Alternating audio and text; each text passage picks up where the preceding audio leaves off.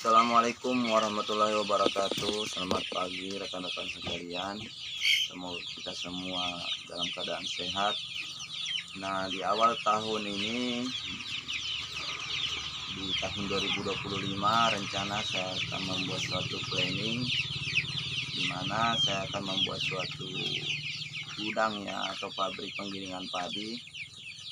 Untuk lantai jemur telah saya buat, kemudian mesin penggiling padi sudah saya beli kemarin.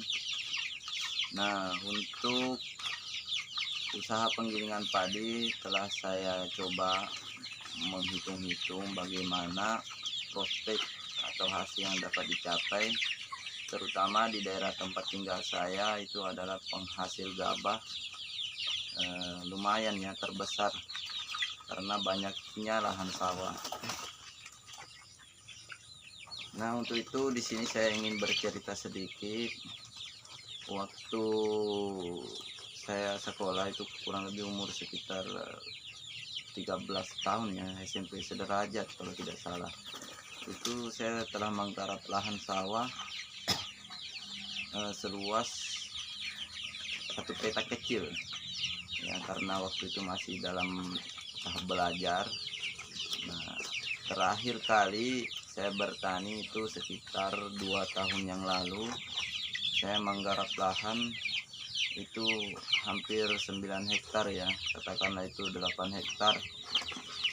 Dan untuk hasil yang saya capai itu lumayan banyak. Nah, dari situ saya kepikiran, karena waktu itu saya juga kesulitan untuk menjual hasil gabah itu. Nah, di sini saya kepikiran untuk membuat suatu pabrik pengolahan beras. Nah, dari pabrik tersebut untuk kelanjutannya nanti saya coba menjadi pengepul gabah ya. Pengepul gabah yang belum kering dan saya keringkan, makanya saya membuat suatu lantai jemur untuk menunjang usaha penggilingan padi.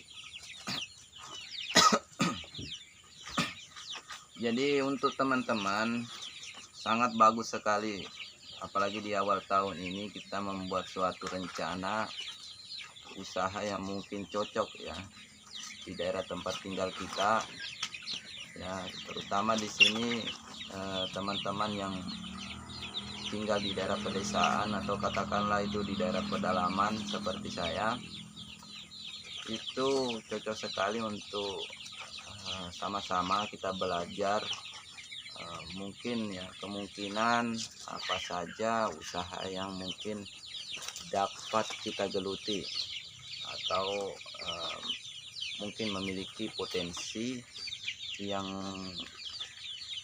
besar yang dapat kita coba rintis. Dan saya harapkan untuk teman-teman sekalian tetap semangat, semoga kita semua berhasil dalam menjalankan usaha tersebut. Nah, kembali lagi saya ingin bercerita sedikit kenapa jadi waktu itu saya beristirahat menjadi seorang petani. Nah, waktu itu dikarenakan saya bertani hanya seorang diri ya. Saya dapat katakan itu karena teman-teman saya semuanya adalah orang tua. Nah, jadi waktu itu saya telah mengajak teman-teman saya untuk ayo kita bertani, karena bertani itu memiliki nilai berkah yang sangat besar menurut saya. Nah, di situ saya mengalami kegagalan karena beberapa tahun saya bertani tidak ada yang mau bertani, atau teman-teman saya semuanya lebih memilih untuk bekerja di perusahaan atau instansi ya. Memang sebetulnya kalau kita perhatikan bekerja di tempat lain atau katakanlah itu menjadi seorang buruh itu pasti ada hasilnya, dan itu dapat kita hitung per bulannya berapa. Beda halnya kalau kita bertani, misalnya kita menanam sebuah padi, kita tunggu 3 bulan itu belum tentu mendapatkan hasil. Ya itulah sebetulnya rintangan dalam menjalankan suatu usaha, baik itu di bidang bertani sawah ataupun misalnya peternakan, perikanan, sama semuanya. Nah, di samping itu saya ingin mengingatkan untuk teman-teman semuanya untuk tidak mengikuti langkah saya ya.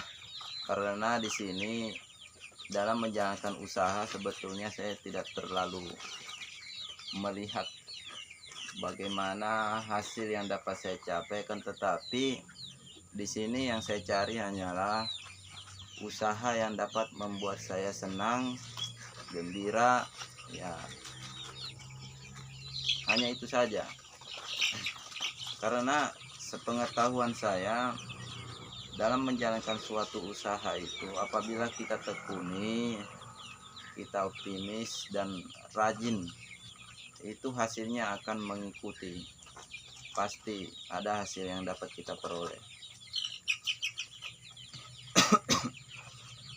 Nah, untuk video pembuatan pabrik penggilingan padi nanti teman-teman bisa saksikan pada video berikutnya. Saya akan coba mengupload nanti. Nah, di sini kita hanya berbicara sedikit mengenai usaha yang mungkin teman-teman bisa geluti, apalagi di awal tahun ini. Tentunya kita perlu membuat suatu rancangan yang tentunya ada capaian yang lebih dari tahun sebelumnya. Nah, saya tetap memberikan suatu inovasi atau gagasan di sini, dan saya harapkan nanti dapat bermanfaat. Apabila dari teman-teman sekalian ada yang ingin bertanya, nanti bisa di dalam komentar. Semoga apa yang saya jelaskan tadi dapat bermanfaat atau sekedar berbagi cerita, informasi. Sebelumnya mohon maaf apabila ada yang kurang paham. Terima kasih telah menyaksikan video saya. Wabillahi taufiq wal hidayah. Wassalamualaikum warahmatullahi wabarakatuh.